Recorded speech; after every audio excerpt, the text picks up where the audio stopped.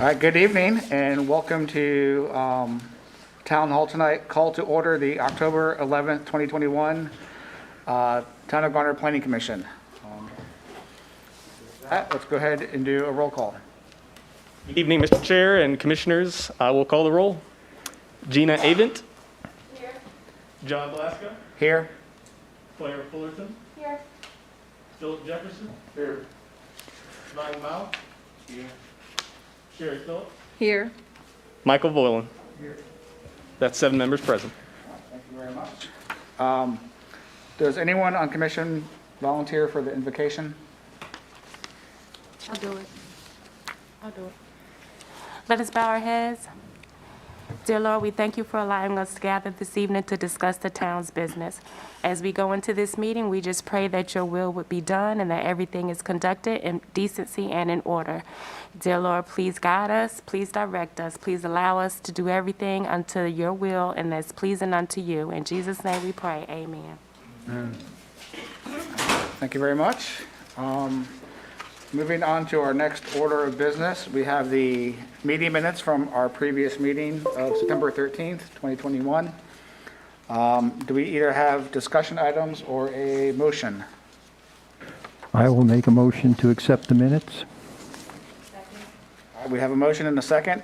Everyone, any discussion? Everyone happy? All right, with that, all in favor of approving the minutes, say aye. Aye. All opposed? All right, hearing none. Unanimous approval of the meeting minutes. All right, before we get into our old and new business, I'd like to welcome our audience this evening. This is one of the larger audiences we've had in a while, and appreciate your time to come out and listen to us blabber on. Hope you find it interesting and intriguing. So just as a reminder for those who are new to this process, the Planning Commission is not a scheduled public hearing. However, the meeting is open to the public so that you can obtain information about items on our agenda. The meeting will be conducted in the following order for each agenda item: staff overview of the request, presentation by the applicant and others in support, comments by speakers in opposition to the request, questions and discussion by the commission, and then finally a vote by the commission. For each agenda item, comments by the applicant and proponents are limited to 10 minutes, and comments by the opponents are limited to 10 minutes. The commission requests that the comments not be repetitive, and where possible that a spokesperson is designated to present the views of the larger group. So just kind of keep that in mind as we go through, and we will do our best to keep it at 10 minutes from each side. So with that, we move into our first project on the agenda, conditional zoning map amendment request, ZZ 2107 for 5001 and 5005 Old Stage Road.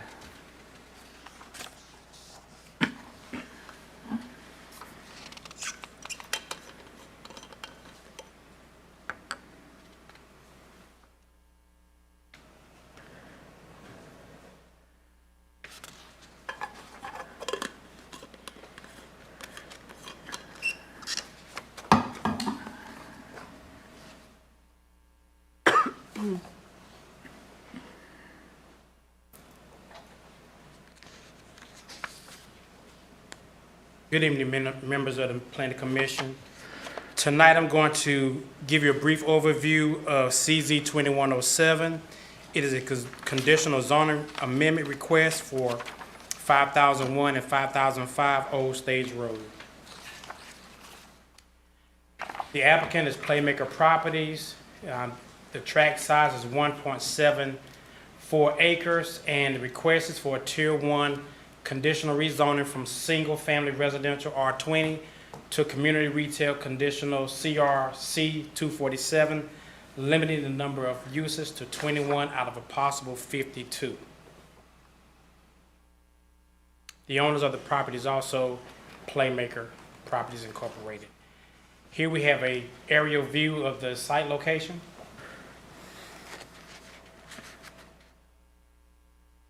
Street view.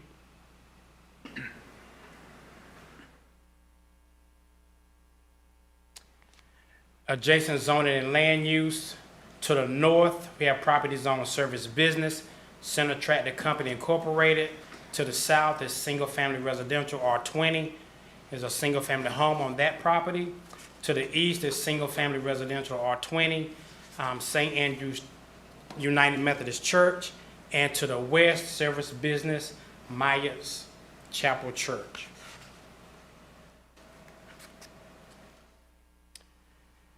Zoning history, as you can see, there have been not quite a few, but there have been several rezoning cases in the area. The latest was CUD Z 1901 Evergreen Construction Company for location with Pine Winds Drive, and it was community retail to multifamily residential conditional use, MF2 C214.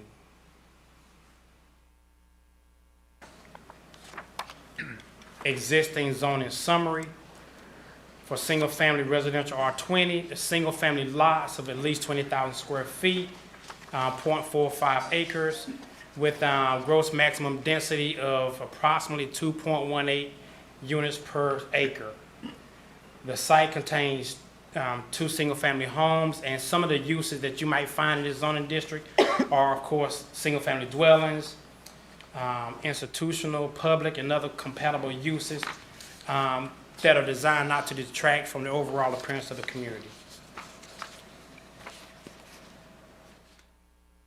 Proposed community retail conditional CR247.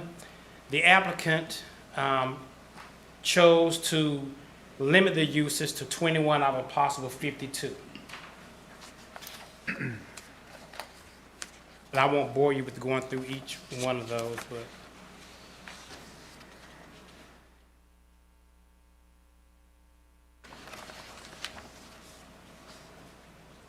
the reason for the request is that the applicant desires to rezone and market the site to potential commercial users. They have not submitted a site plan at this time, and again, there are 2 single-family homes on the property, and the applicants have owned the property since 2014.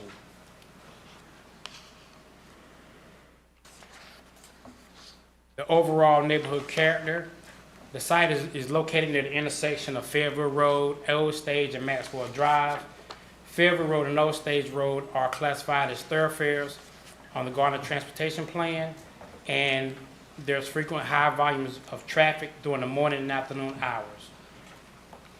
Around this area, you have single-family residential, retail, commercial, churches, and industrial uses.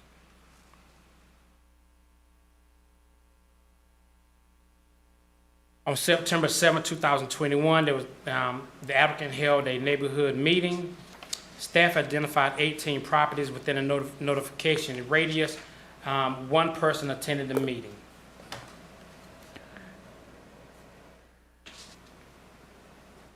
Traffic information on 8 Old Stage Road. Yeah, as you can see, from the year 2009 to 2019, hasn't been much of an increase. In 2009, it was 11,000. 2019, it was 12,500.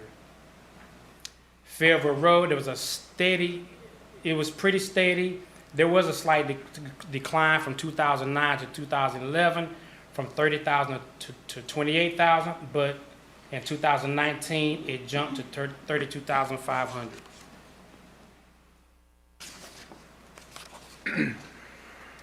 U5302, major changes to traffic patterns in the area are coming. STIP project U5302 will restrict the intersection of Old Stage Road and US 401 to a right in, right out along northbound US 401, and to a signalized left over only from southbound US 401. Vehicles will be prohibited from turning left on Old Stage Road to southbound US 401. Instead, vehicles will need to proceed north to the nearest U-turn, and additionally, the intersection of Maxwell Drive and US 401 will be restricted to a right in, right out only along northbound US 401.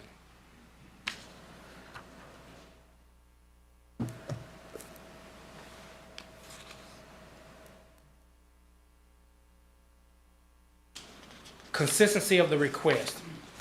When considering a rezoning request, the Planning Commission is required by state statute to make a written recommendation regarding the consistency of the zoning proposal with the town's current comprehensive plan and other applicable adopted plans.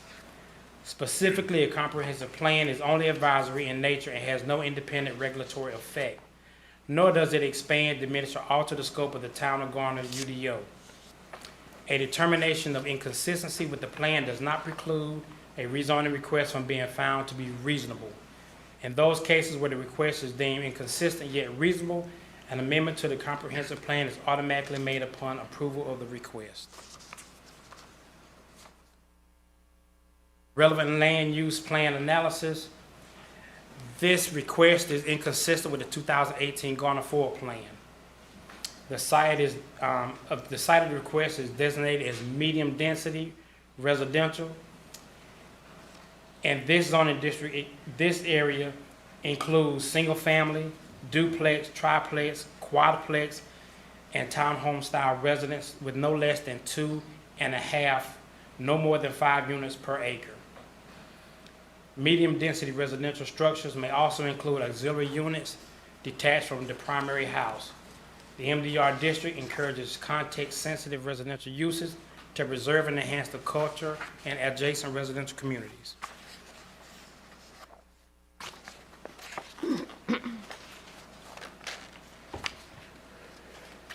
So again, the request is in conflict with the future land use map. Swift Creek Land Management Plan, consistent. The Swift Creek Land Management Plan is a multi-jurisdictional plan from the late 1980s to early 1990s that seeks to protect surface water within this watershed that contains several critical drinking water sources, including Lake Benson and Lake Wheeler. The plan designates land use, impervious limits, and density limits, and the classification for this parcel is existing noncompliance. This site is designated as existing noncompliance, which means that the 12% impervious base limit can be increased to 70% if the 1-inch rainfall is retained and the site is connected to public water and sewer.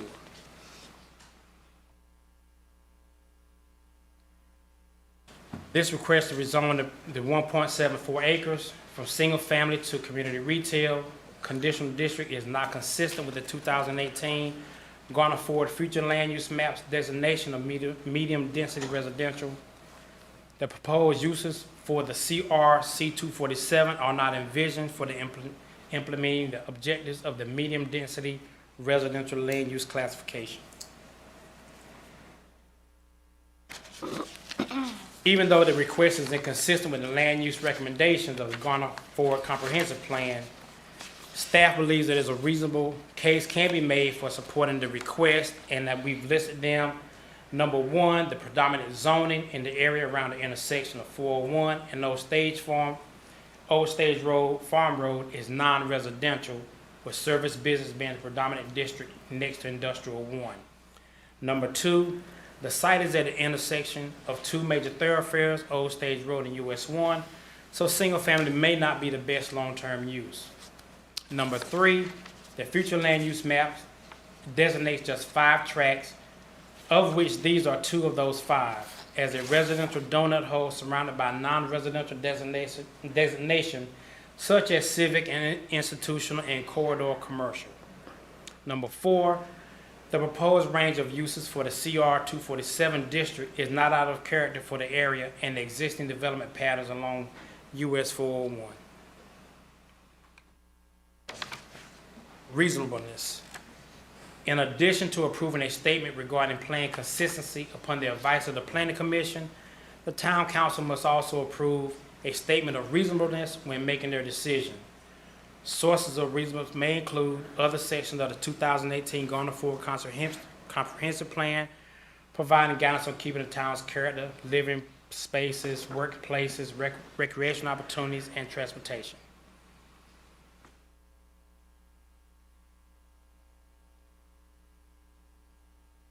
Staff recommendation. Despite the identified future land use map inconsistency, staff supports the request but encourages the Commission to identify specific reasons for either agreeing or disagreeing with the staff recommendation. Consensus reasons supporting the commission's approved motion will be documented in the final staff report to the town council for the council's consideration as they approve a statement regarding reasonableness of their final decision, their final action. Recommended motion, I move that the planning commission accept the consistency statement detailed in section 5 of this report as their own written recommendation regarding the consistency of the request with the town's adopted land use plans, and I further move that the planning commission recommend approval of CZ 2107 to the town council because, and you will insert your own reasons there. If your motion is not to accept staff statements of consistency, alternative findings must be stated as part of said motion. They may address lack of consistency with the proposed district, lack of compatibility of the proposed district with present zoning and conforming uses, and lack of suitability of the property for uses in the proposed district versus the current district, or not improving the balance of uses within the town, or not fulfilling a specific demand for said use. Are there any questions? All right, thank you, appreciate it. Any questions for staff? I can. Sure. It's not explicitly called out in the staff commentary, but one thing that I did notice is that in the future land use map, we do have those circles, which we tend to forget about from time to time. But these parcels also do fall within one of those focus areas of change.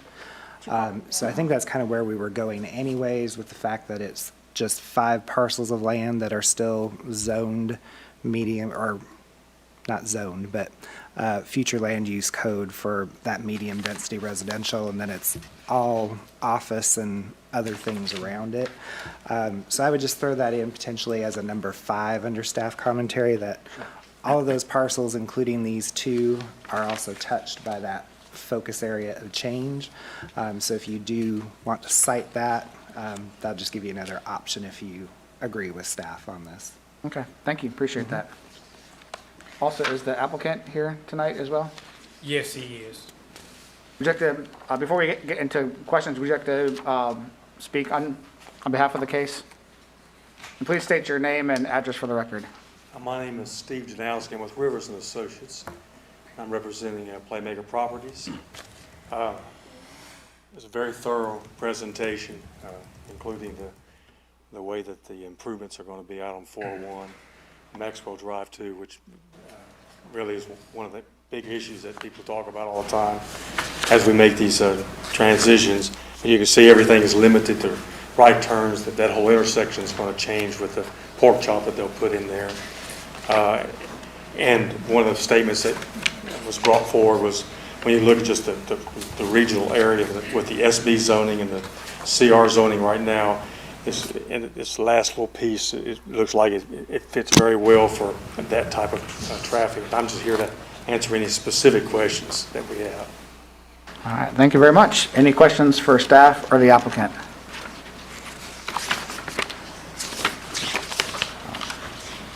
I did have one question. There was a community member who was opposed to this request, according to our packet, because of the timing of the potential development in conjunction with the timing of the road improvements. Just curious if there's any indication from DOT when those improvements are expected to begin and be completed? From my understanding, they're scheduled to start sometime in 2022 and complete the project in 2023. Okay. And then on the flip side, is that I understand that this is just a rezoning, rezoning just to garner interest in the property. Best case scenario, when would, if all went as planned, what's the sort of timing that maybe some businesses may develop there? I know it's all kind of looking out in the future, but just curious. Best guess. the owner is here tonight, so he can speak in addition to this, but if we had somebody interested today, signed a contract in 90 days, put our plans together in another 90 days, made a submittal, and basically, we'd take about maybe 6 months to go through the site planning process. We would be trying to go to construction probably, at best scenario, at the end of 2022. And so usually 8 to 12 months. That would be if we had a signed contract on something today. Okay, so it sounds like it generally aligns with the construction timetable. Yeah, I from think DOT. it should probably fall behind that construction schedule just simply because of the marketing efforts and the time it takes to pull something together. Sounds good. And then I had one more question. I read that council had asked that, let's see, where is it? That the applicant should increase their outreach effort. I was just curious if there's any update on that outreach effort, if it's been expanded or how that may have Well, also in out. that question was asked, and I responded to that. We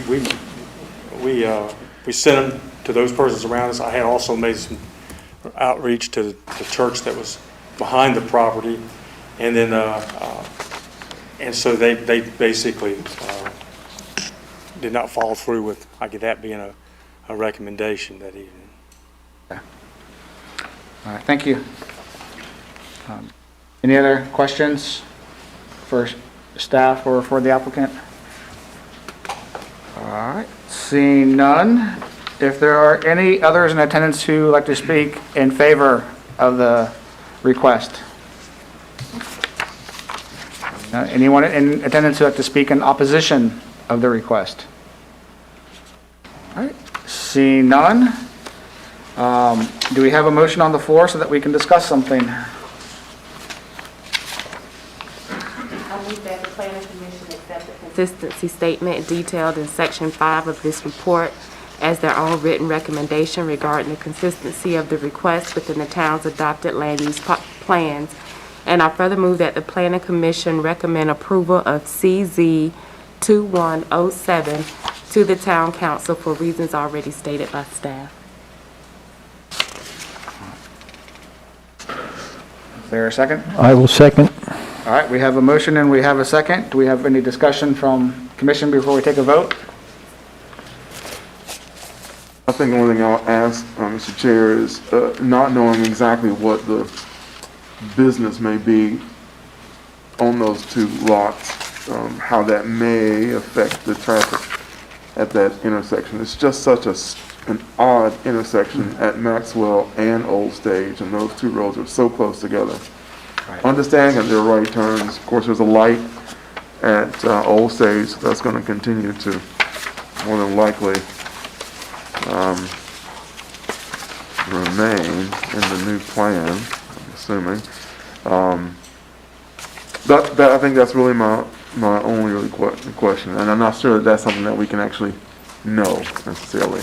I mean, and mostly the question is going in and going out of those lots, not necessarily how that's going to affect traffic on Fayetteville Road necessarily. Or would that cause a cut through into the residential neighborhood at all, going in the opposite direction? But Yeah, hopefully the improvements to 401 will fix some of those issues. Looking at the image that they provided from DOT, looks like there will potentially be a connection on Maxwell and a connection on Old Stage. It does not look like there'll be a connection to 401, according to this DOT graphic.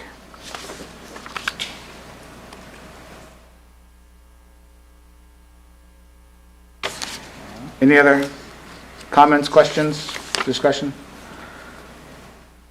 All right, hearing none, we have a motion on the floor. Do you want to repeat the motion, or you can go ahead and do the roll call? And Mr. Chair, the motion on the floor is to accept the presented consistency statement and to recommend approval of CZ 2107 to the town council for the reasons stated by staff. And I will call the roll. Gina Avent. John Blasco. Aye. Claire Fullerton. Aye. Philip Jefferson. I Simon Mao. Aye. Sherry Phillips. Aye. Michael Voiland. Aye. It's unanimous. Thank you, sir. Moving on to our next case, we have the first of two zoning text amendment requests, UDO 2103, downtown uses, form and character, and community tree canopy modifications.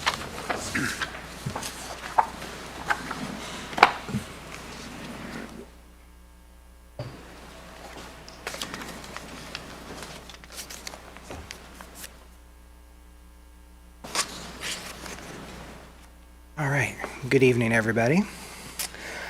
Tonight, we do have two text amendments coming to you for recommendation back to the town council. This first one is related to some modifications for downtown uses, form, character, and community tree canopy. The community tree canopy modifications do cover the entire town, whereas the other three are more focused on just the downtown area specifically. But we were at a point with the rewrite that we had some tweaks to that tree canopy, those tables anyhow, and since we were promoting the introduction of a new level or category of tree canopy protection within that section, it just kind of made sense to go ahead and consider that whole modification holistically. So rather than to put these into a PowerPoint, which are just a lot of words anyhow, tried this with the council and it seemed to go fairly well, just to show you all the actual report. Of course, you have the background information in your report as well as the current language. And so when we get here to section 2, we do have those draft changes. The new text is underlined. Any text to be removed is struck through. And this package is coming to you jointly from both us as planning staff and the Downtown Garner Association. It's also kind of on behalf of the pad property developers, that the public-private partnership between the town and the developer to put that building in, hopefully next to the indoor rec center. That will be a mixed-use building with upper-story residential and some retail on the ground floor. And so one of the issues that we ran into regarded the use of upper-story residential.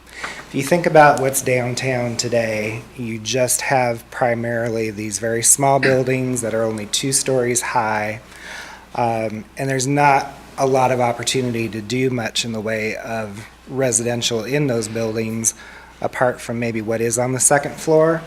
And then by the time you retrofit and do everything that you need to do, you're probably only talking a handful of residential units at most. So the current definition of upper story residential was really geared for that kind of scenario. It did not envision multiple stories of residential on top of some ground floor non-residential uses. So we had to go in there and propose some changes to that definition. So what you see there is it still is all in one building. It is still a permitted use on as many floors as someone wants to propose with the development. And then it also, there was another restriction that kicked in because you had to not exceed 50% of the land area. So again, if you have a 2-story building, that's going to be about half if you have some area around it. But again, that was very limiting, so we struck that as well. In terms of the non-residential district standards, again, here we needed to make a change to the corner lot side setback. In all the other districts, you'll see that when a lot's on a corner, the corner side setback was intended to be very similar to the front setback. Because generally when that building's on the corner, you want the same kind of feel because both sides butt up to the public street. In a few cases, when you get to the industrial categories, the corner side was actually smaller. But then when you got to the CBD, it was actually bigger. So it's completely opposite from anything else in the ordinance. And again, it doesn't fit with what's down there today. Even the buildings that do exist on the corners, they're right up against the property line. So following that same kind of pattern, we just said if the front's 0, then the corner side should be 0 as well. Then we get to the maximum height and density chart. There were some transcription errors in years past that the term maximum height there in the left-hand column was just missing. So we had all of these 35 feet, none. And it was just kind of inferred that that was actually the maximum height row. So we've gone back and made that correction. And then actually also titled it and density, because it does have both. And here again, kind of worked the same way as the upper story residential limit. You had to have 3,000 square feet per residential unit of lot area. So again, as you can imagine, by the time you have a 12,000 square foot lot, you can only have 4 residential units. So again, very limiting. You can't really go vertical with that kind of limitation. So again, in some of our other districts, we don't have any. So again, here I think it's, when we have these projects come through, they're going to be context sensitive. We're going to get a chance to look at that and see how high we're comfortable going, and those kind of restrictions are just going to control the density overall. And then just keep in mind too, the downtown area is going to be adjacent, we hope, to a future commuter rail stop. So if there is certain parts of town where we do want to encourage going a little bit more vertical and increasing density, this would be one of those locations. Then we got to the landscaping and tree protection. We knew we had issues here because the landscaping and tree protection parts of the ordinance are very much geared for suburban character. It works very well anywhere else in town, but if you do want to do something that is truly dense and supportive of transit options and things like that, what we have just doesn't work.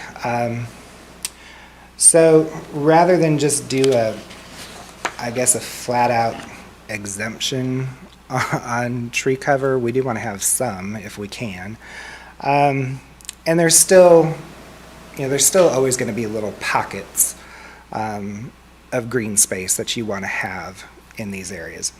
So what we did is we came up with this third kind of tier of tree canopy. One of the primary ways that residential will get tree canopy is from their street trees. Again, typically in the suburban context, those street trees are going to be behind the property line. And here we're actually making a shift in the downtown and the activity center kinds of areas to allow those street trees to go into the public right-of-way. So we had to make some accommodations for that because normally we would not count trees that are not on the property. So we have extended and clarified that they can include the street trees that they will be installing as part of their project, even though they're in the right-of-way, but we are counting the ones that are directly adjacent. And then we ran through just the scenario. We have a sketch plan that we've been reviewing with the developers and with the council as we've been going through this public-private partnership. And so we looked to the town of Apex, which has a similar kind of three-tier category when it comes to tree canopy. And we tried out the 5.5% minimum, ran through those calculations. I won't say it was completely easy, but it was doable. And so we felt comfortable with those, and I think that the potential developer applicant will be able to speak to that if you have any questions or concerns about it. And then, like I said, we introduced this new tier, and so then we also looked at just the residential and the non-residential for the rest of the community. because again, we had been discussing these in the UDO steering committee. We did propose a small adjustment for non-residential, but then in the residential, the numbers go up a little more significantly. I will point out there that in the past, we've only been reviewing these developments to certify that they're meeting the minimums, but we've never really known for sure what they were actually achieving. So in the last few projects that have been coming through, we have asked for the landscape architects to go through and actually calculate just how much they are achieving. And again, we feel quite confident that an 18 to 20% tree canopy, again, keep in mind, this isn't just preservation. This is both preservation and new canopy trees being planted. It could be all preservation if they were to hit the 18. But again, we felt pretty comfortable that these are achievable numbers. And I think having a more realistic number in terms of what's actually being done will sit better with the community. Because to be honest, they see that minimum and it doesn't look like a lot. We know that we've been getting, in most cases, substantially more than those minimums. But again, we just didn't really know until we asked a few of these projects to take it one step further and let us know just how far they were getting.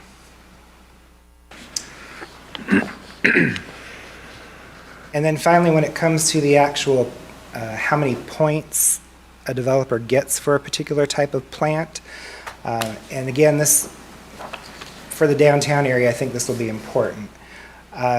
We only gave points for trees and shrubs. But in most landscaping installations that you see now, there's going to be ornamental grasses, different kind of vines.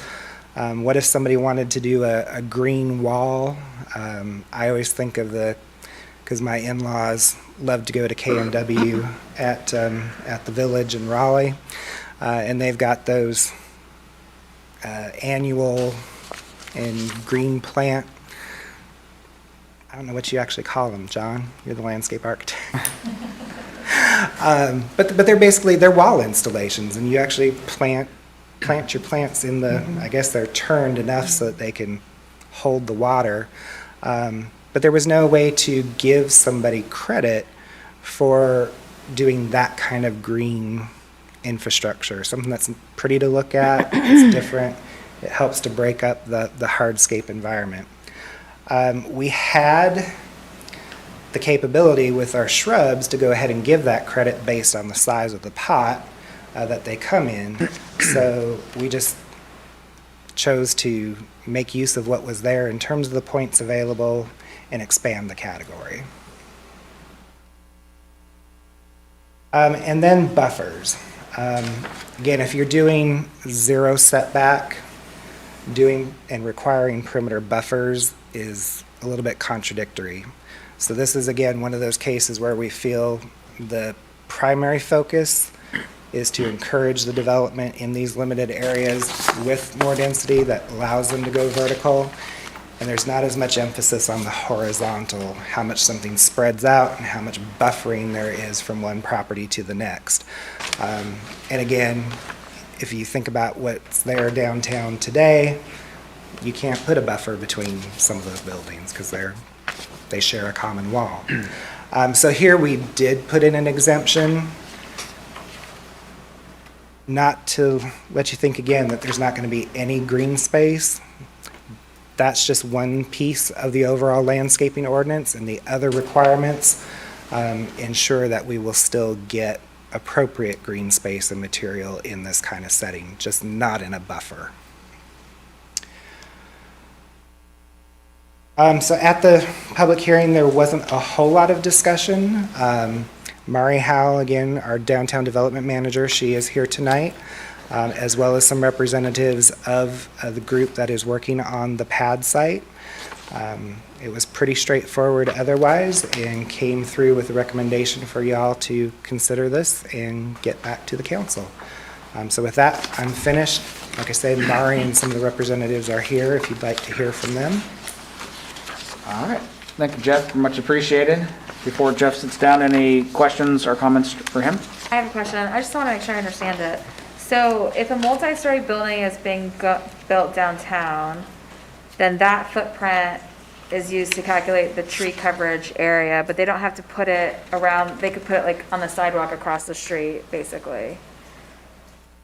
So your tree coverage area is actually,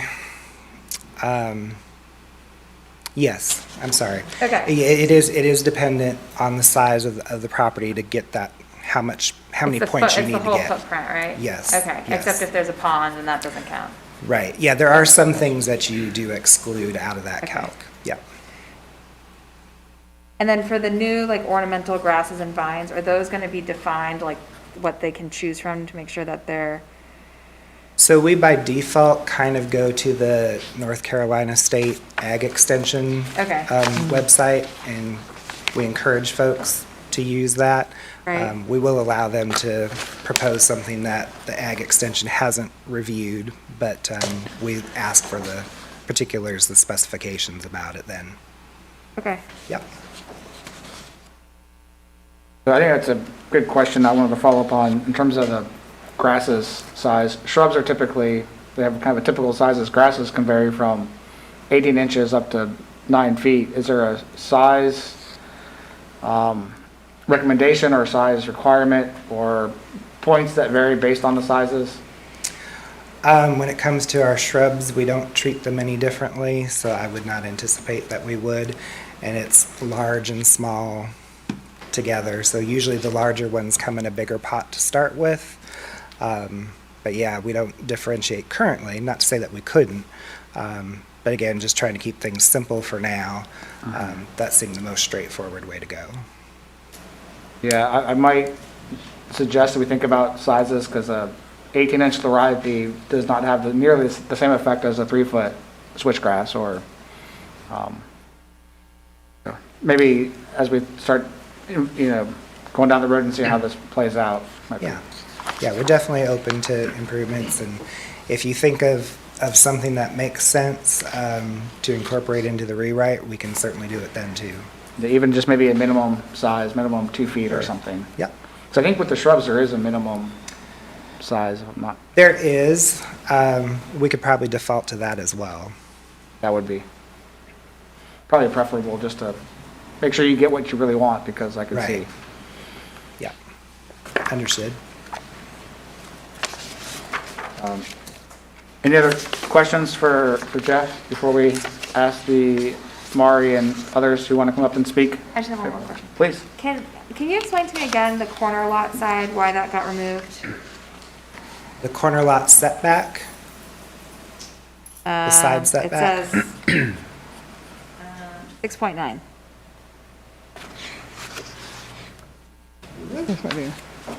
Yeah. Right there? Yeah, so the objective is to get the same kind of feel Right. from both streets. Okay. So by requiring it to be set back 20 feet from the side lot line, you get a much different feel. That's more of a typical Okay. suburban So it's like, setback. so it's like right up on the sidewalk. Right, they could Okay. actually then bring it up to both, to the corner. Yep, Okay. yep. I mean, it matches the other ones, I just want to. Right, right, right. Yeah, I do have one comment. Mostly a comment, maybe even a question. No, that's a comment. And this is about the planting and installation requirements. And I would like for an additional term to be added to the shrubs and ornamental grasses and vines.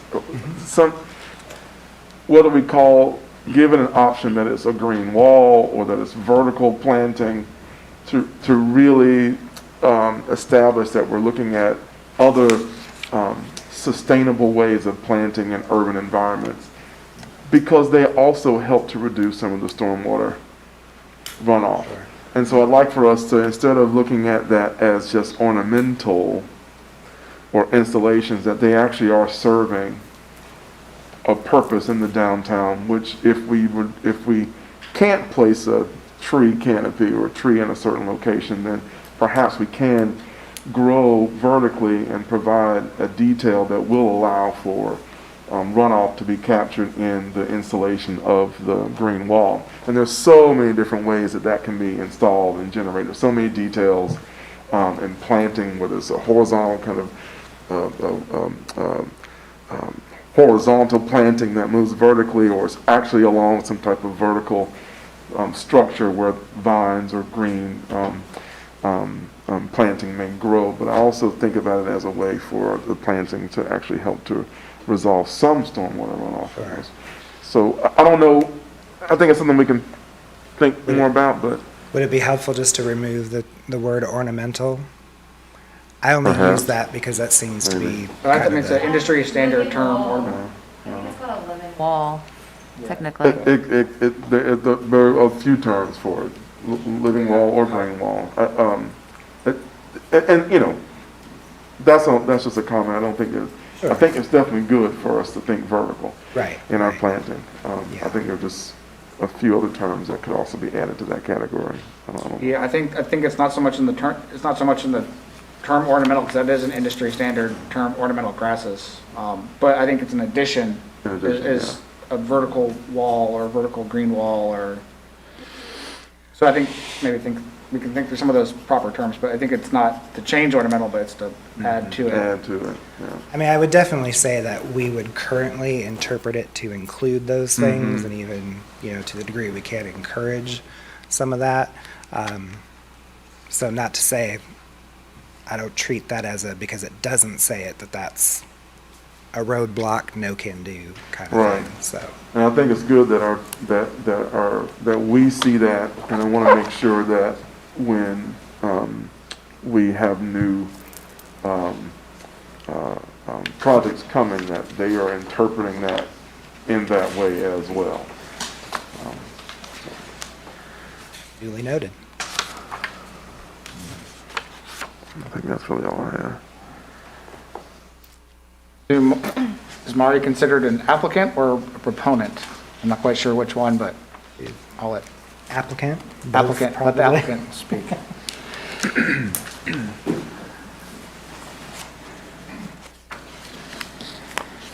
It's helpful to know which microphone to go to. I'm Mari Howe.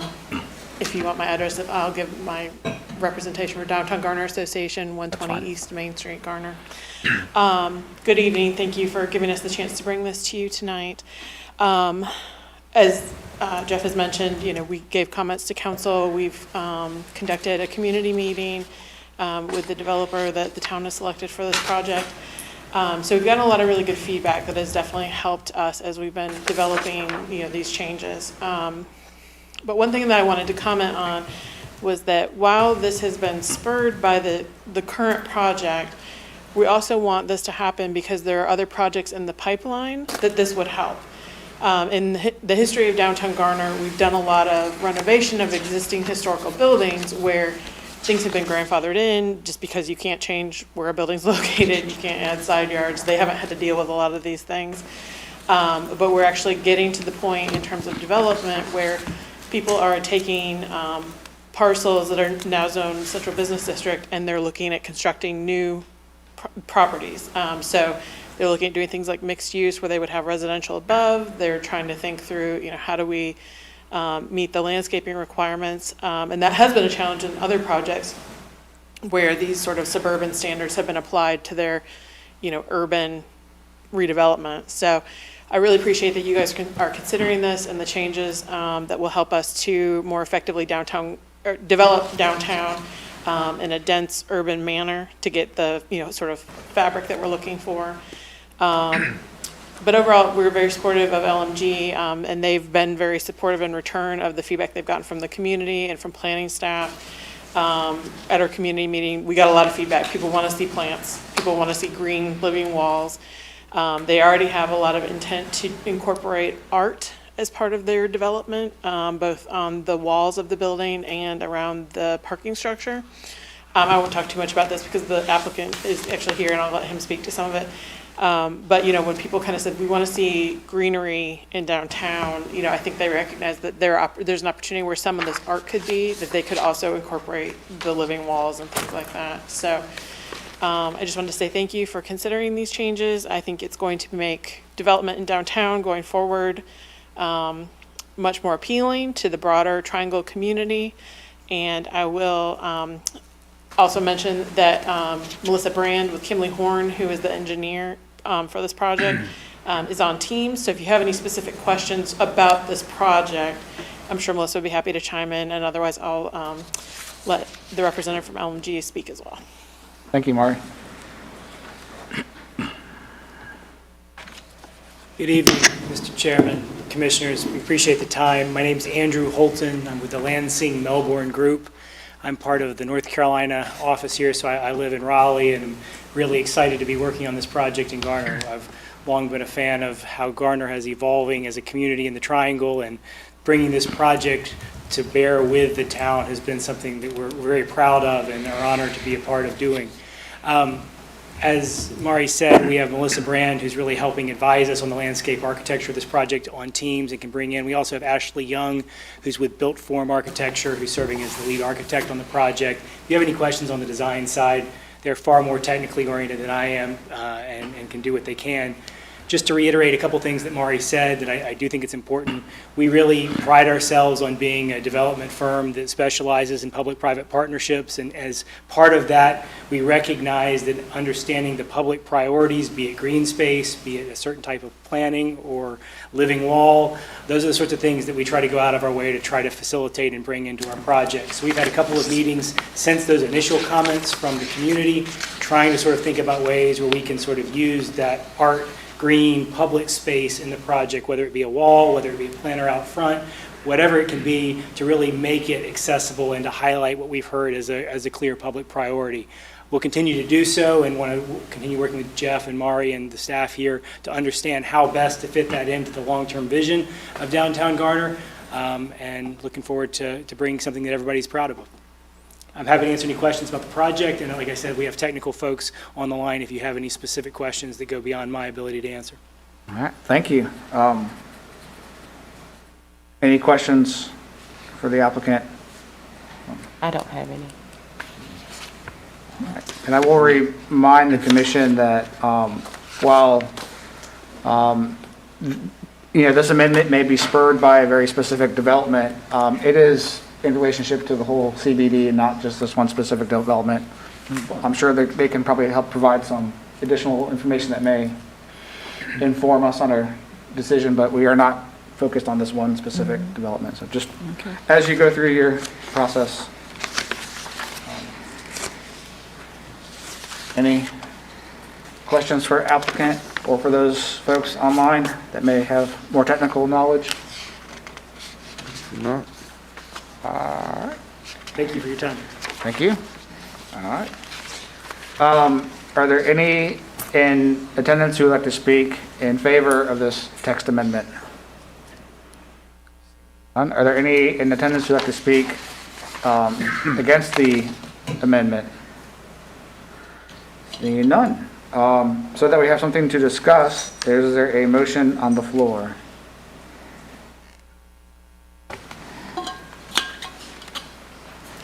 I move that the Planning Commission accept the consistency statement detailed in Section 5 of this report as their own written recommendation regarding the consistency of the request with the town's adopted land use plans, and recommend approval of UDO 2103 to the Town Council.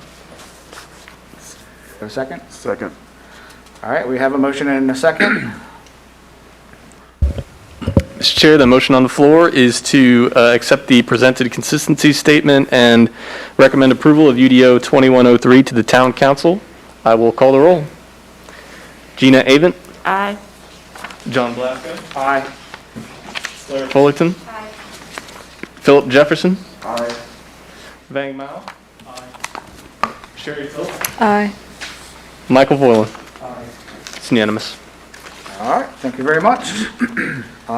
Moving on to our last case of the evening, and the one that has the most, I assume, the most interest, judging by all the green shirts in the audience.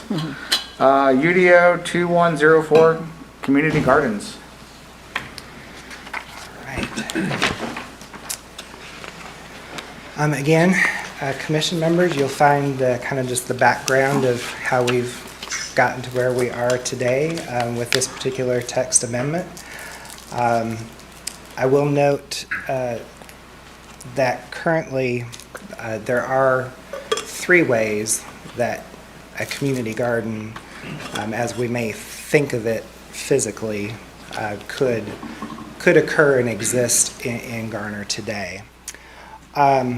The first could be, and we have a good example of this over at First Baptist Church off of 50 in St. Mary's there, where you have a garden that is owned, run, sponsored by a religious community organization, whatever the case may be.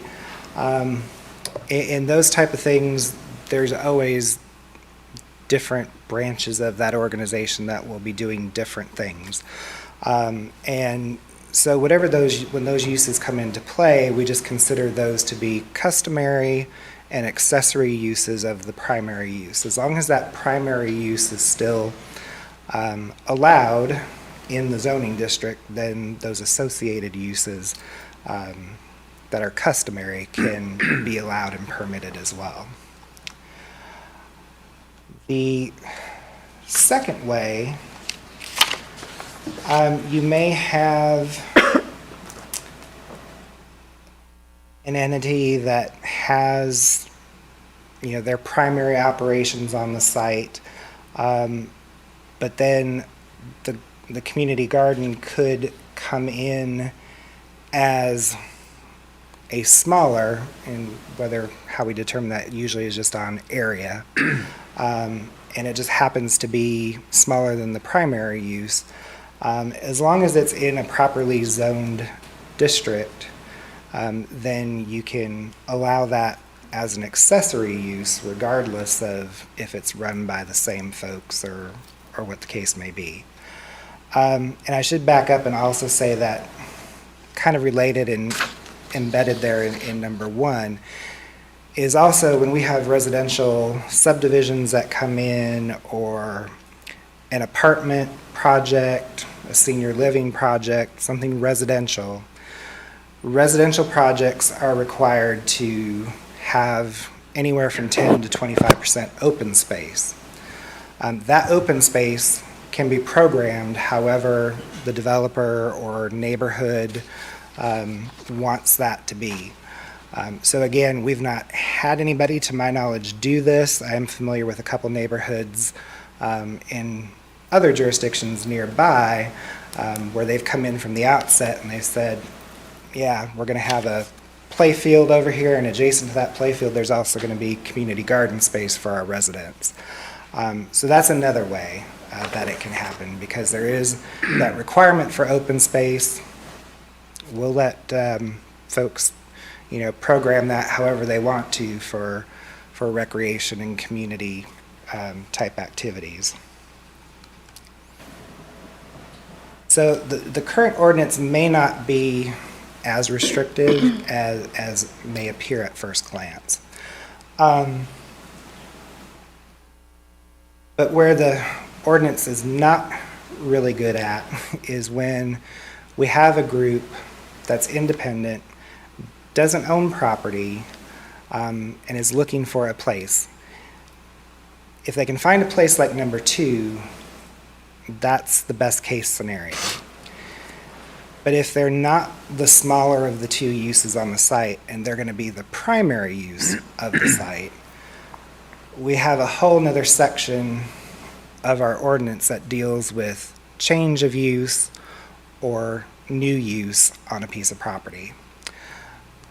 And that's not real easy to go in and try and tweak and make judgment calls as to which uses need to abide by those rules and which ones don't. So that's a hurdle that we currently don't really see a good way to get past for those kind of situations. But the folks here that are representing the community garden tonight, at least the ones that I've talked to, did, and at the public hearing, they did express an interest in seeing what other zoning districts, besides just R40 and R20, we might consider this to happen for a primary user of a site as a community garden. So we did go back, just as planning staff, and looked, and looked at which districts that we might propose. And it seemed like the one that would fit the best would be the neighborhood commercial district. Those are that's geared for smaller community scale, neighborhood scale type operations. It's also not the super intense districts that we probably need to have a good conversation with our economic development folks if we ever wanted to just by right allow a less intense use in those properties. I think I can speak a little bit for Joe and them that they tend to be very protective of their industrially zoned land and their higher intensity zone land.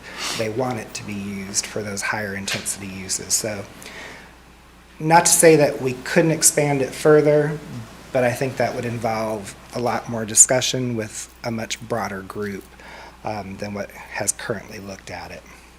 But we did go ahead and propose adding the neighborhood commercial district to that permitted use table.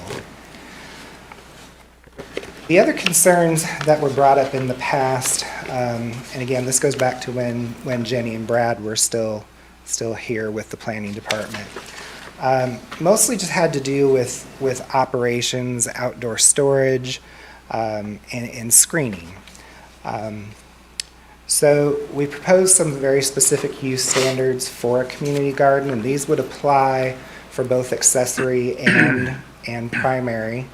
And there, we're primarily just trying to get the outdoor storage somewhat centrally located, not at the perimeter. Screening is just required up to 6 feet. That's the purpose of the screen. Very rarely, and we call it out specifically for a use that may have to screen taller than that. Outdoor storage everywhere in our ordinance is just up to 6 feet. So that can be accomplished with fencing, it can be accomplished with landscaping.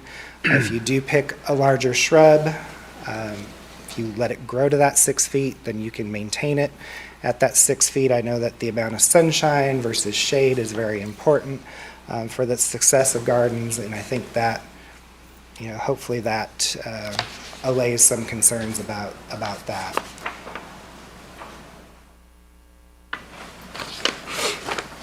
And then another thing was again, community gardens are currently just considered to be part of the larger agricultural use.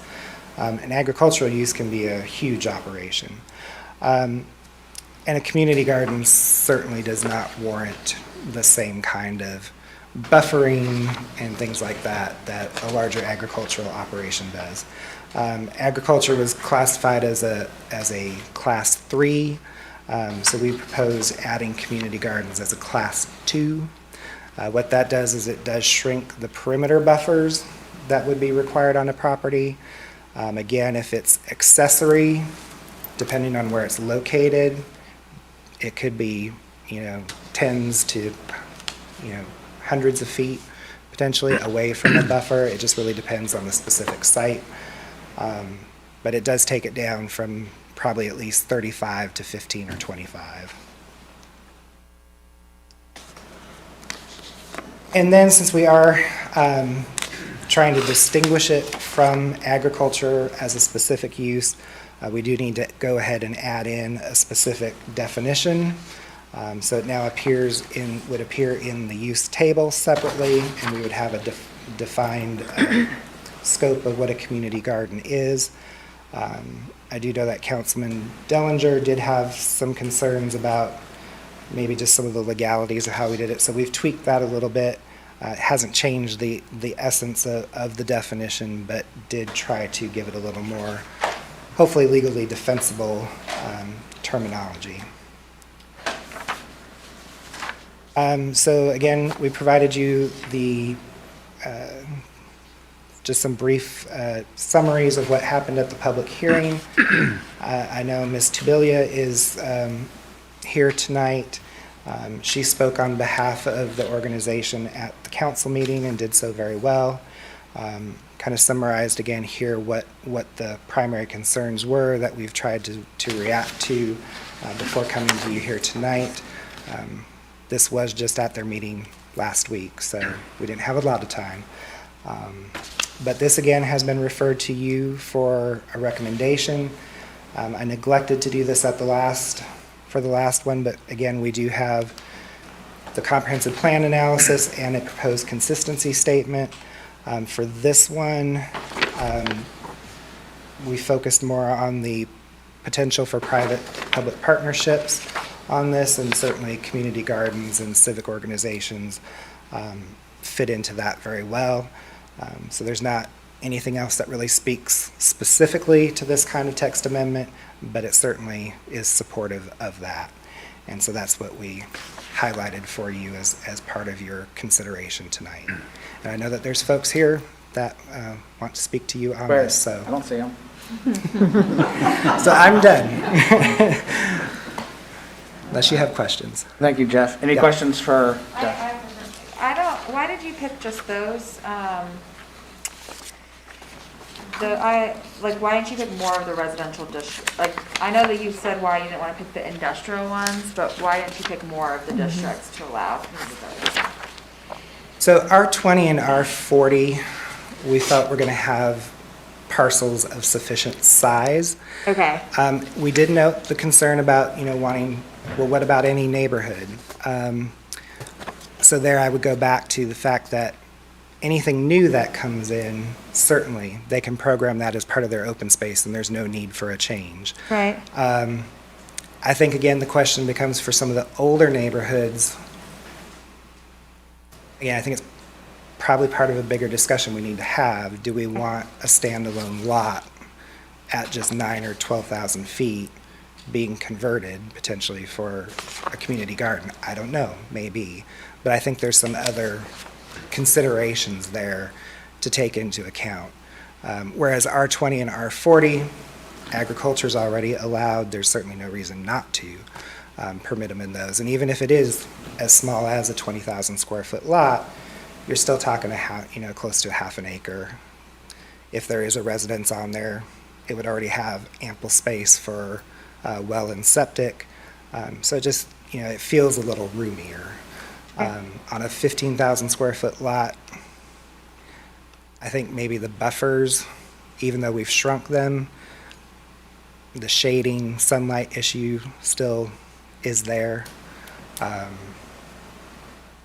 think it just, again, warrants a bigger discussion than probably just within our department. But anyway, so I guess my other question would be, so it's not allowed like in the downtown district, but if someone wanted to put in sort of a community organization downtown and they wanted to include a community garden, they could include that in their application, right? And it If it was part of, would be an accessory. Yeah.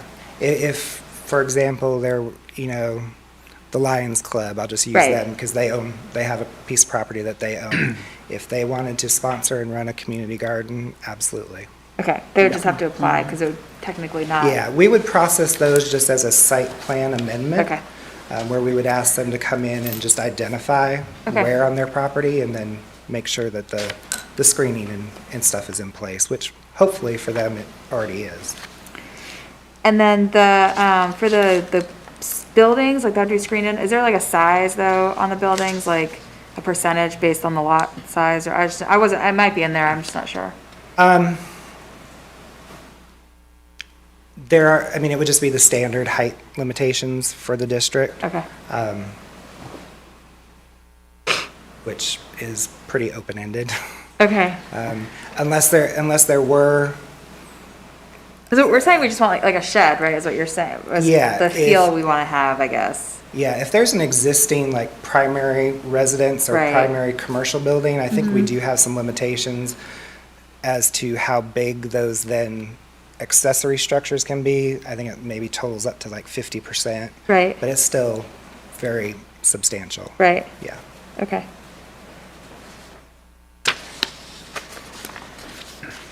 And then there was a comment from someone that they wanted to they said that we should be able to allow electric fence or chicken wire. Is that allowed? Yes. Okay. Yes, we've had a couple cases where folks have wanted to add electric to their existing fence, and chicken wire would be part of the That's what I thought. Yeah. Okay. That's Okay. just a part of the operation. You got to have it. I don't have any other questions. Anybody else?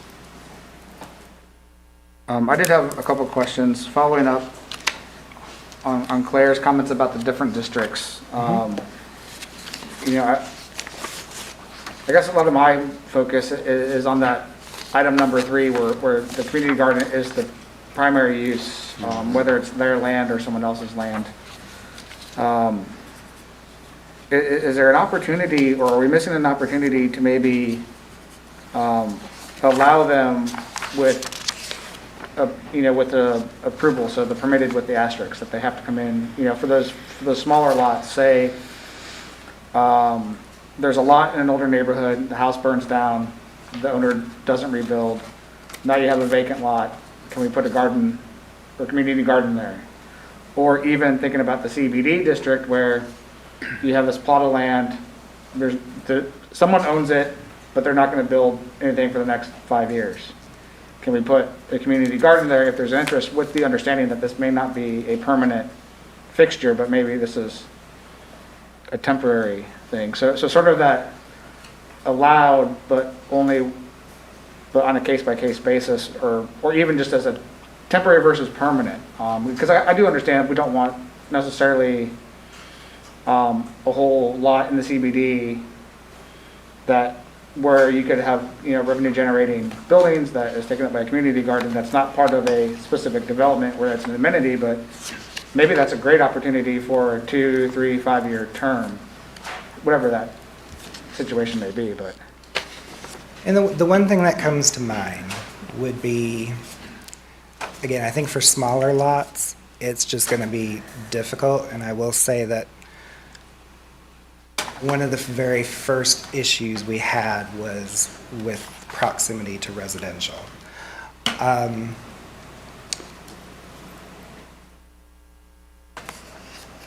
think the shading part is going to be a challenge until something were to change more holistically about buffers, which again is a much bigger discussion.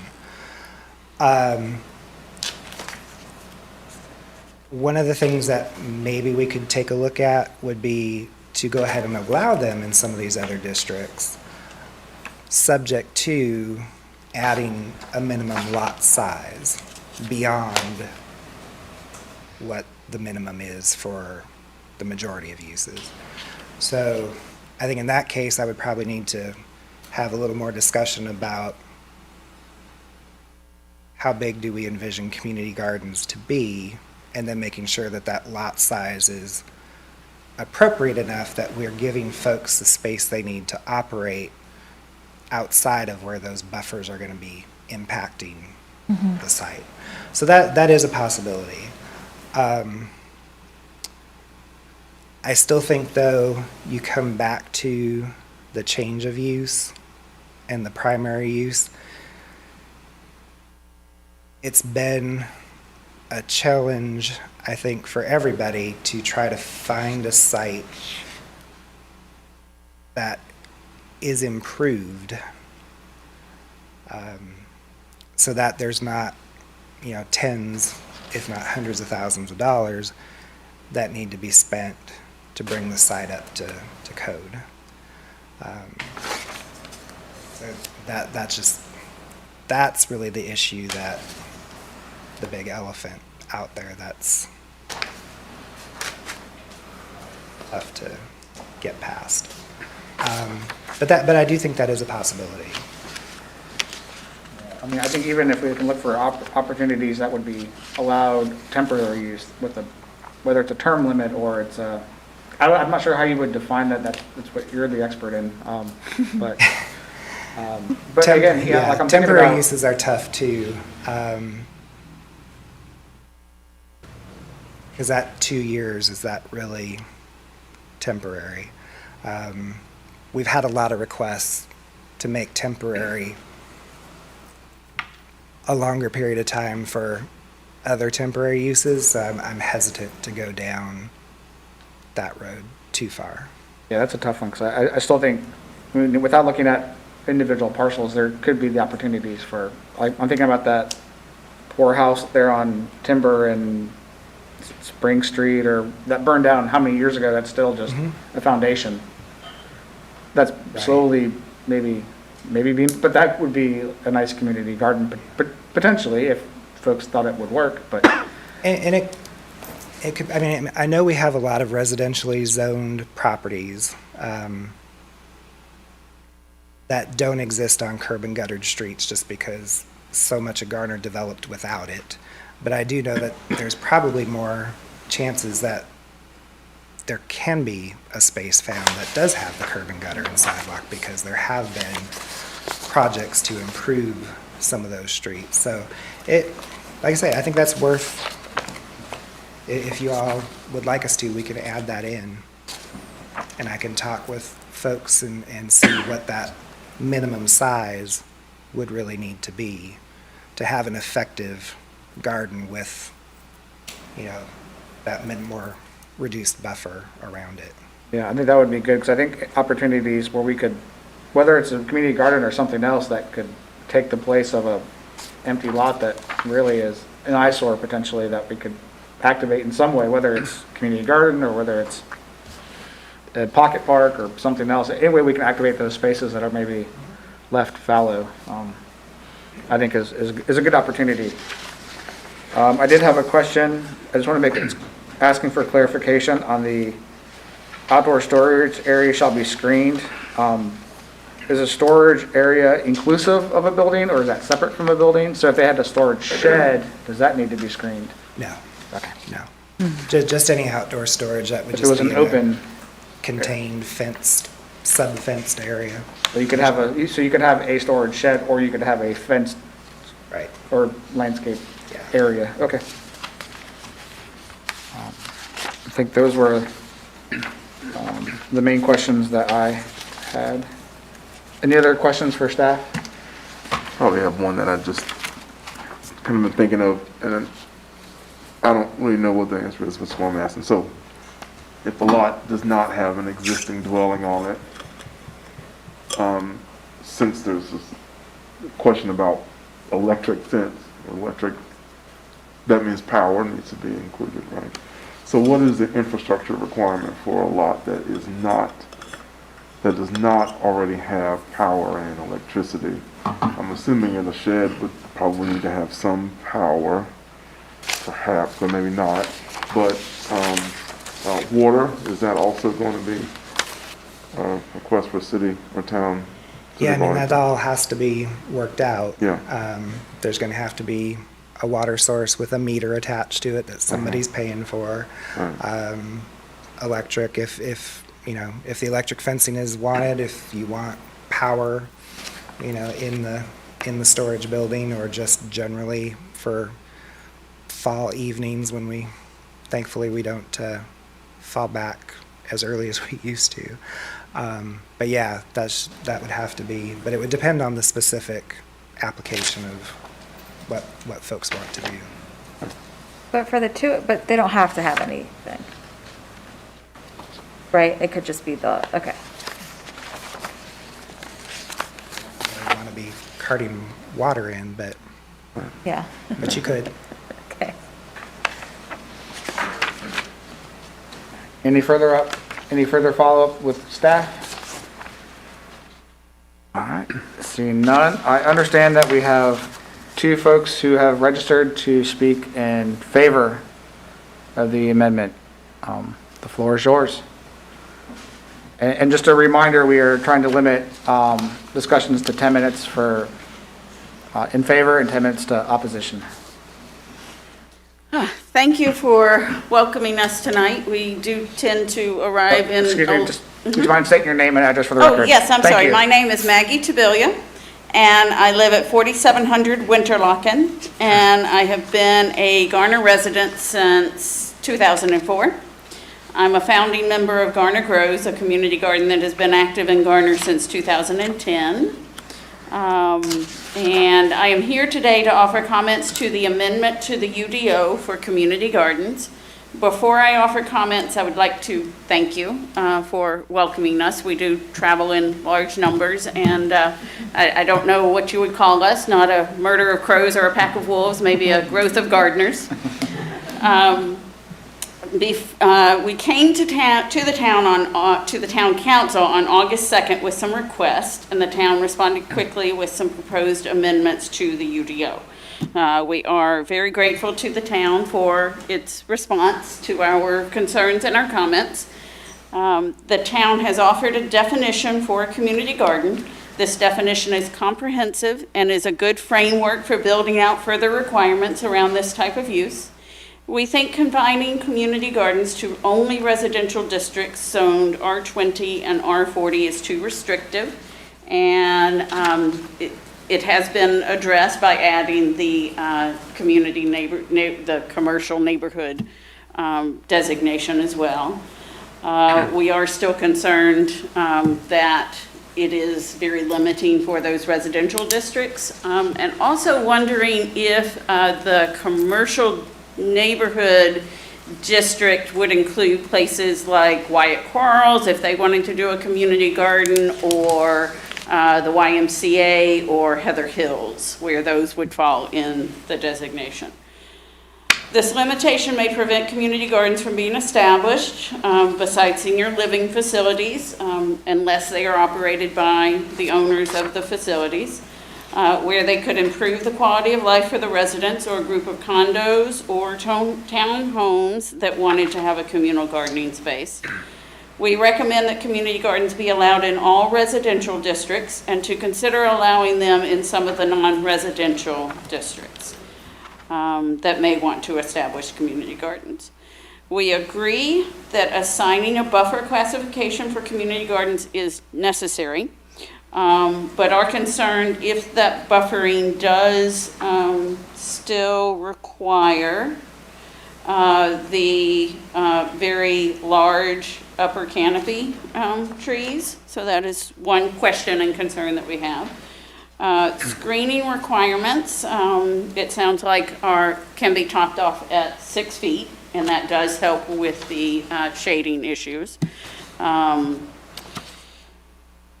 We do feel that those screening requirements, if they include the large canopy trees, the buffering and screening requirements, if they include the large canopy trees, are requiring community gardens to plant plants to hide other plants, which doesn't make a lot of sense to us. And as Mr. Triesenberg brought up, the difficulty that we have had in finding a location that is already improved so that those are already in place, and wonder why those restrictions have to be placed on something like a community garden. That it is too much for an organization to try to tackle, and finding that improved location has indeed been very difficult. Lower level screening is clearly appropriate for garden features like compost bins and sheds, but requiring taller trees will only shade the property and impair the function of the garden.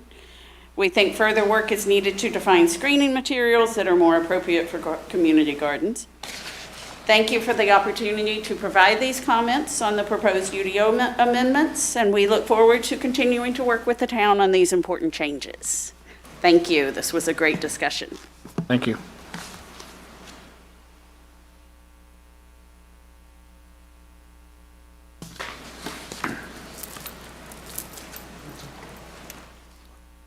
Hello, my name is Mark Petherbridge. I live at 2705 Dunhaven Drive.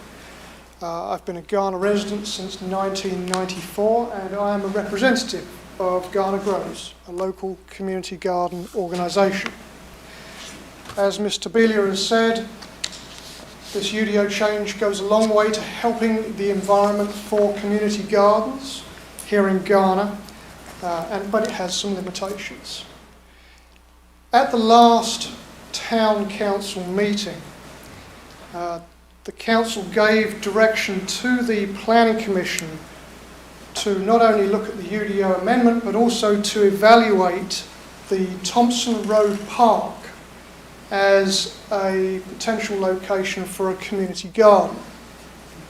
So if I may, I'd like to spend 3 or 4 minutes talking about that location, and I can at the same time vision out what a community garden might look like in the town of Ghana, and also some of the requirements that we might have for a community garden. Is that appropriate for me to proceed? Yeah, please go ahead. So just a bit of context. Back in August, we spoke with Town Council about the need for community gardens in Ghana and how much they can add to the quality of life here. We listed 3 advantages to community gardens. They're places where residents of all ages and backgrounds can learn gardening skills, how to nurture flowers and vegetables. Community gardens are normally in the neighbourhoods, and because of this proximity they foster and sustain community engagement. They act like a community pool where residents can meet, engage and share. And then of course community gardens are great places to get physical exercise. The whole activity of gardening gives you exercise, it makes you focus on a healthier lifestyle, healthier eating. It's good for us all. Now there is substantial support for community gardens here in Ghana. Since August, over 400 residents have signed a petition requesting the town assign resources to this need. Now, seeing this level of support, the town has moved forward in 2 areas. Number 1, we've just talked about, and that's to amend the UDO to be more accommodating of community gardens. The second area where the town is moving forward is in exploring options for using town property as a location for a community garden. So what I'd like to do now is talk about Thompson Road. This is a town park down off Timber Drive. It is pretty ideal for, right now it's a ball field, but there is a space at the back of the park that's approximately an acre. Once you've passed all the ball fields, that would be very good for a community garden. And let me tell you why. The land is flat. That helps a lot. It's already cleared. There are no trees, it's just grass. There are some trees around the edge, but the site is already prepared, a perfect location for a community garden. There is a water supply. Water is already being used, or there's an irrigation system there to irrigate the adjacent ball fields. There's plenty of parking. That is something that does help. And then there are toilet facilities available for the ball fields that could be used by the community garden. Now, we do have a package that we can hand out if it's useful to you for what what the community garden might look like at Thompson Park. But let me step back and paint you a picture. Imagine as you go into Thompson Park, you pass the ball fields on your left. You'd come upon colourful flowers along the entranceway, perhaps even an archway that welcomes visitors into a neatly planned inner garden. We'd have beds of herbs that would bookend rows of vegetables. Maybe an outdoor gathering area in the middle that could be an alfresco classroom that could be used by children to learn about gardening. There might be a small storage building or a fence that could serve as a canvas for a mural that could be provided by some folks in the local arts community. Mulch and storage areas will be deliberately obscured from public view. And then around the perimeter, you would see neatly laid out shrubs and fruit trees that are either flowering or fruiting. That's our vision for what a community garden will look like, and also some of the needs that a space, what we need to establish a community garden. So the purpose of the Planning Commission, as I understand it, is to serve as an advisory board on land use matters. And I hope I've created a vision for a community garden. Garden Grows, us all here today, would like to ask this commission to make a recommendation to council. And that is to recommend the council move forward with establishing a community garden at Thompson Road Park. Thank you. Thank you. Can I ask a question? Can I ask a question? Please. Oh, is there another town in the area that has a community garden like you're talking about that's owned and run by the town? That we Yeah, could, the town- could have an example of? The town of Sorry, what? Ghana also, the town of Carey has community gardens located on town property. Do you know which property?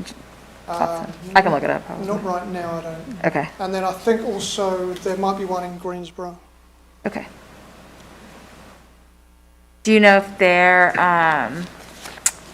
have like ordinances around that, or by chance? No. Yeah, the ordinance would accommodate for Okay. community gardens on town property. Okay. And then the town or the city would enter into a contract with a non-profit to assist in running the community garden. Okay, great. Thank you. I did have a question for Ms. Tabulia. You had suggested that there are very few properties that meet the requirements that are that have the right development, are the correct improvements that meet the right sizes, and that it's hard to find a piece of property that fits these certain requirements. Just curious, have you found many or a lot or few of properties that maybe are close but not quite there? We had found a couple of properties that were close to meeting our needs. The problem at that point was the amount of trees and the large growth trees that we would have to put around it in order to meet the UDO requirements. So changing the UDO requirements was certainly the first step for us. It still would not allow, for example, if I live in Greenbrier, there are several lots in Greenbrier that do not have houses on them, allowing a property owner to offer that land to us, and being able to put a community garden on something like that. Like at Jessup and Winterlochen, there's a large open field where it is a lot that is attached to another house, but is an actual separate lot that was not ever developed. Something like that would work well, but with the requirements being so stringent on how much vegetation there has to be and how far it has to be from the property lines, it does make even that site, it would shrink the garden to a not very useful size. Sure. So using that example, you had suggested earlier that some screening is appropriate. Yes. So just in your mind, what would be the appropriate screening for that particular piece of property? I like the idea of the 6 foot height for things that are around the perimeter of the property. But I think what is being proposed is that is the height of the screening for the outdoor storage, rather than the height for the things that are around the outside of the property. Gotcha. Okay, thank you. Appreciate your insight. You're welcome. Are there, so I think with that, we've kind of got to our 10 minutes, so I think if there's any others who would like to speak in favor and want to keep it short, I'm willing to hear those. Seeing none, any of those in attendance who want to speak in opposition of the UDO request? All right, seeing none, with that, we will close the public discussion and open it up to commission. So before we discuss our motion, I do want to make it kind of similar to the last case. I think we have two different things that are being asked of us. One in specific that is on our agenda is the UDO amendment, text amendment that is very specific to a town-wide policy. That's what staff has asked us to look at and comment on. Folks in the audience have asked us to consider our thoughts on a specific site. While, we are more than welcome to have that discussion, I think it is completely separate from the UDO text amendment that's at hand. So I am welcome to having both those discussions, but I think as far as, I would say, we can have a motion, we can have a vote on the text amendment, and then during our time with the planning director, we can discuss a site if we so choose, or we can choose to not discuss it. But that, I think, is the time to discuss any sort of initiatives of planning commission, whether to suggest anything. So I'll leave it at that for now. And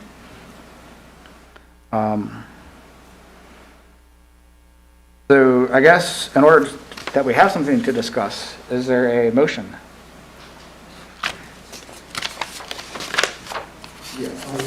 That the planning commission accept the consistency statement detailed in section 5 of this report as their own written recommendation regarding the consistency of the request of the town's adopted land use plans and recommend approval of UDO 2104 to the town council.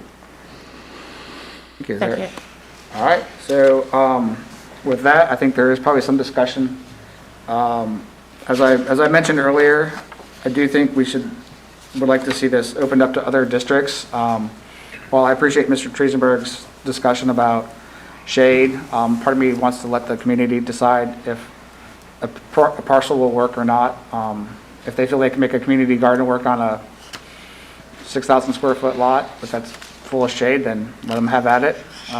My personal opinion. Sometimes I think the uses will define themselves based on those who are truly experts at it. But I do agree keeping it out of some of the industrial areas. I think to the Mr. Belia's comment about Wyatt Corals, I think that may be something a little different where they're the primary use and this would be accessory use, and maybe there's a little bit different opportunities there. But I think in the case of the primary parcel, that primary use, to me feels like it should be allowed on other places. If they think it can work, then have at it. I agree. But I would definitely keep it to mostly residential, I think.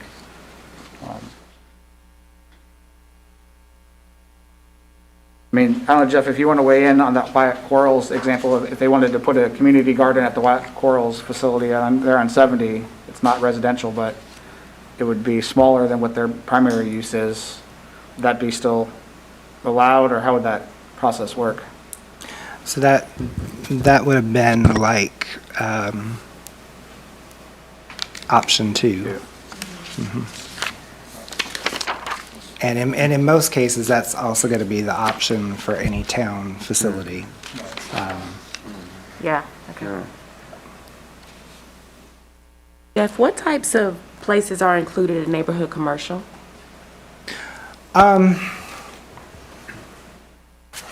know they're not as prevalent anymore, but if you think about, the corner store, that's going to be the type of location, or just a very small office retail kind of building that's in a neighborhood. It's going to be that same size and scale.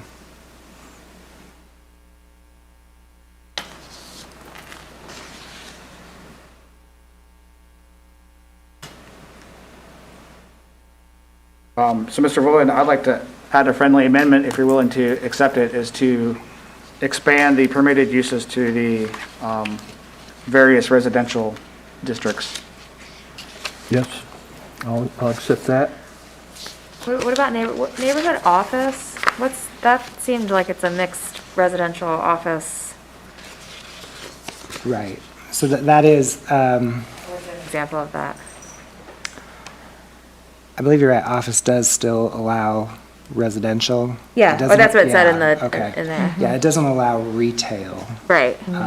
but it is more of a residential Right. office only. Could that be, can we amend it to that too?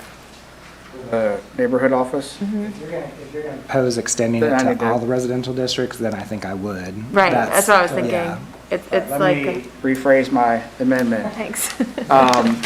Expand the permitted uses to R15, R12, R9, RMH, MF1, MF2, and NO.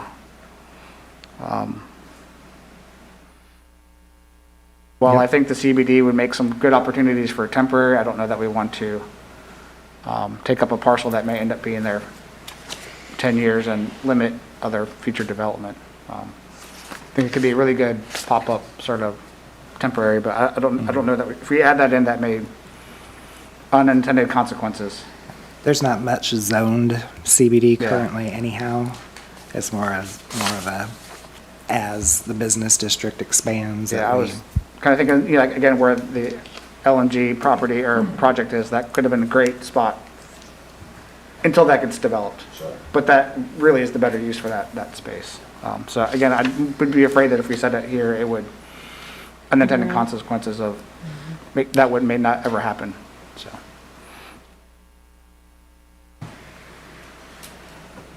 Any other discussion from commission? All right, hearing none, I think we are ready for a vote. Mr. Chair, the motion on the floor is to accept the consistency statement presented in the report and to recommend approval of UDO 2104 to the town council with the added recommendation of expanding the use of community gardens in the residential districts R15, R12, R9, RMH, MF1, MF2, and NO. That's in addition to what's already in the, In addition to what's already been presented. That is the motion on the floor, so I will call the roll. Gina Avent? John Blasco? Aye. Claire Fullerton? Aye. Philip Jefferson? Jane Lau? Sherry Phillips? Aye. Michael Moore? Unanimous. Thank you very much. Moving on to the next topic of our agenda, a report from the planning director.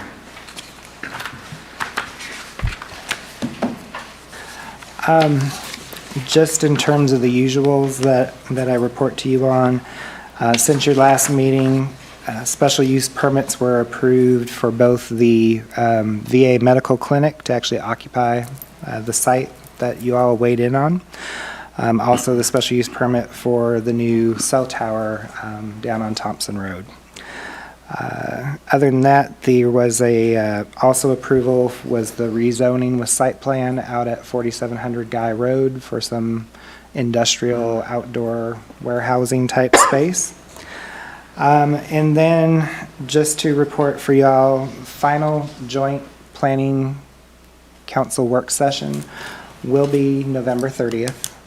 That is the very last Tuesday, so that's the Tuesday after Thanksgiving holiday. Normal, same time. I think 6 o'clock is still the start time, and usually we do those first. But that will be the end of that part of the UDO rewrite process. And of course, Stuart is in the process of trying to package it all up in a final draft. Once that is ready, we can certainly make that available to you. That's when myself and either probably the town attorney or some folks that are working with her will really sit down and read it from cover to cover. Because sometimes that's the best way to see how things fit together. So that part of the process will take us probably through the end of the year. And then after the holidays, really kicking off that final big public outreach push and try to move us into the actual formal adoption process. But again, any comments you have along the way, even now, with different things that you've reviewed and seen, please feel free to forward those to me.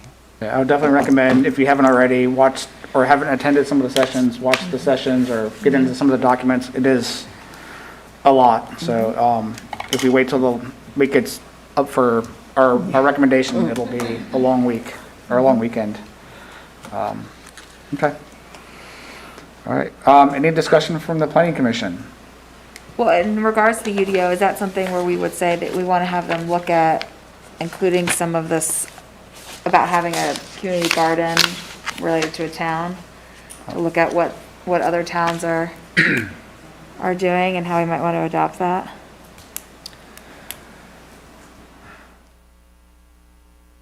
I think that would probably need to be a next kind of step. Okay, that's, okay. Yeah. But like I say, I mean, as far as something on town property, that's really just something that has to be worked out. There's a Parks and Recreation Advisory Board.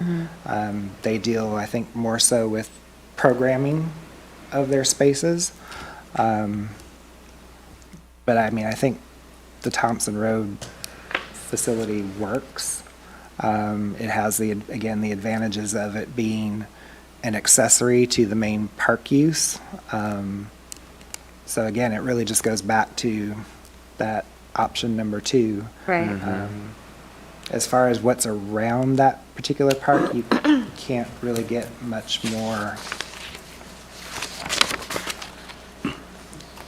out in the middle of just openness as far as town park facilities, because you have some residential that backs up to it, but they're on very large parcels. They're not on water sewer. It's all, old family farm, and then you've got White Oak Park back behind it. So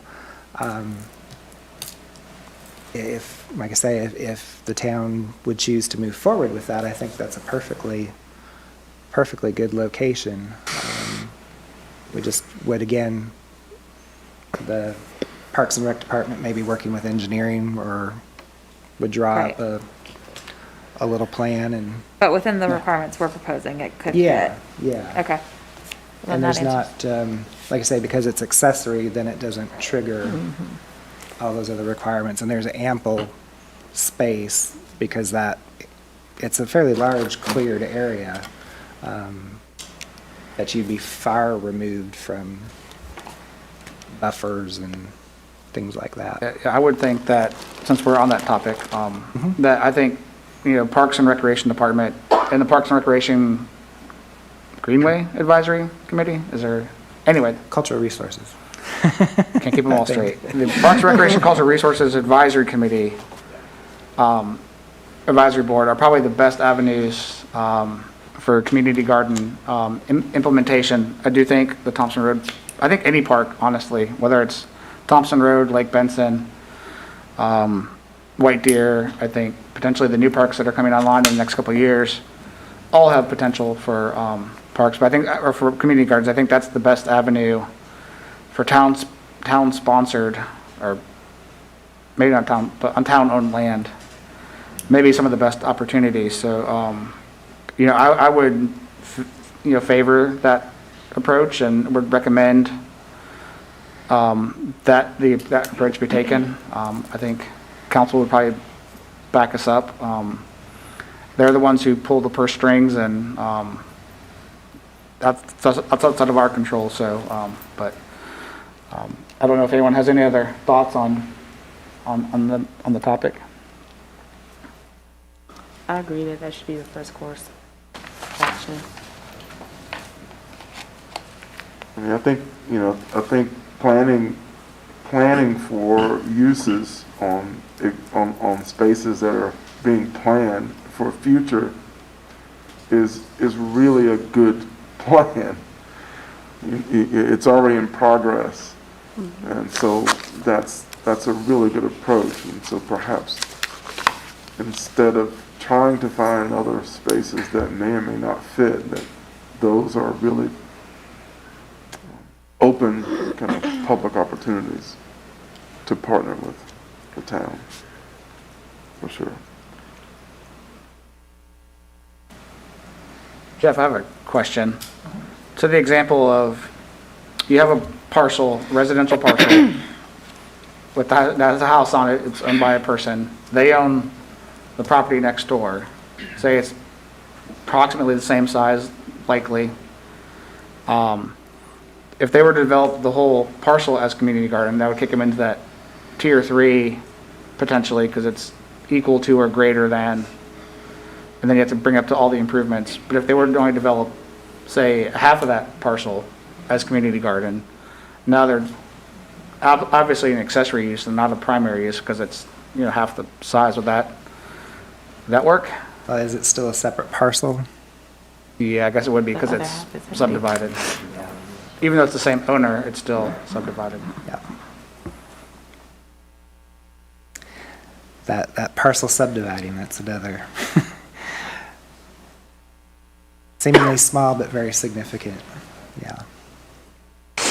Since this is a rare opportunity that we have folks still in here at our commission discussion, I see a question, I will allow it, or a comment. Thank you, Mr. Chair. If the Commission is stepping back, can I ask that maybe the Commission make a referral for this matter to the Parks and Rec Board? Yeah, Make that absolutely. as a motion of this Commission. Absolutely. I will be happy to oblige. I will motion that we recommend the Parks, Recreation, Cultural Resources Advisory Committee look at opportunities within their park system for community gardens, or I don't want to force it upon them, but I would welcome with a good motion. Would you be able to speak specifically to Thompson Road? Certainly.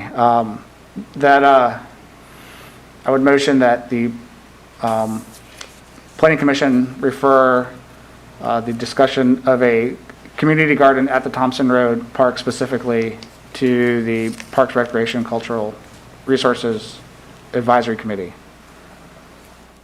Second. All in favor? Aye. All opposed? And I can certainly work with Maria to convey what we discussed here from a policy UDO standpoint, so that gets to them as well, so, yeah.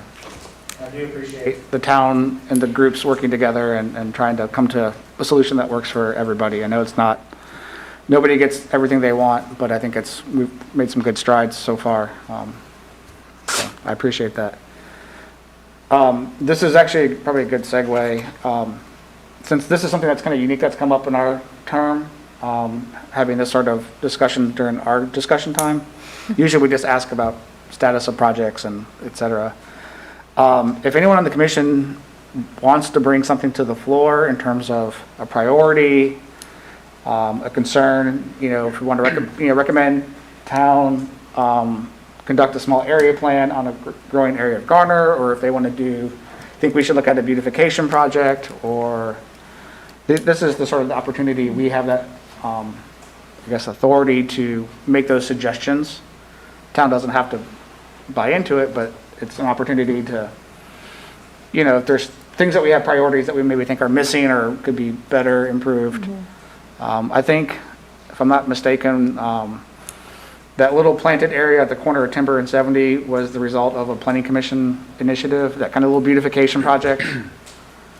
Actually, that was a council directive. Council directive. Yeah. Yeah. I think commissions has had some other similar ones in years past before my term. In years past, there was an effort that I know the Planning Commission was involved in with staff to go basically up and down the 70 and 401 corridors and work with property owners. And in some cases, there was a cost share involved to try to bring their frontages into more compliance with the landscaping ordinance, particularly those that had been around for a long time and didn't have a whole lot of plantings in their front yards. And in some cases, there was work with Ncdot to allow some of that to happen actually in the right-of-way. So that's what I'm familiar with, again, not firsthand because I was not here yet, but that's what I recall. I think former commissioner member Jeff Swain had pushed for small area plans in a couple of key areas of growth, and I don't know if those ever were fully realized, but I would say not fully. There were some things that we were able to bite off with staff resources at that time that we did take a look at. One was just the whole traffic in the whole, the whole Benson, White Oak area. That was one of them. so for future, if something strikes your fancy, don't be afraid to speak up. So, with that, any other discussion with Mr. Triesenberg? I just thought of one thing. Gabby would be slapping my hand. We did just pass along, if you hadn't heard, we were awarded from Ncdot a pedestrian planning grant. So we will have in the next year that opportunity to take a much more holistic and detailed look at our sidewalks, greenways, anything for pedestrians, crosswalks, ramps, you name it. So we were successful this time around. Second time was the charm. So we do look forward. That I don't think we'll start until next time around, October, I think. Okay, that's fantastic, though. But yeah. Good job. Always important, so.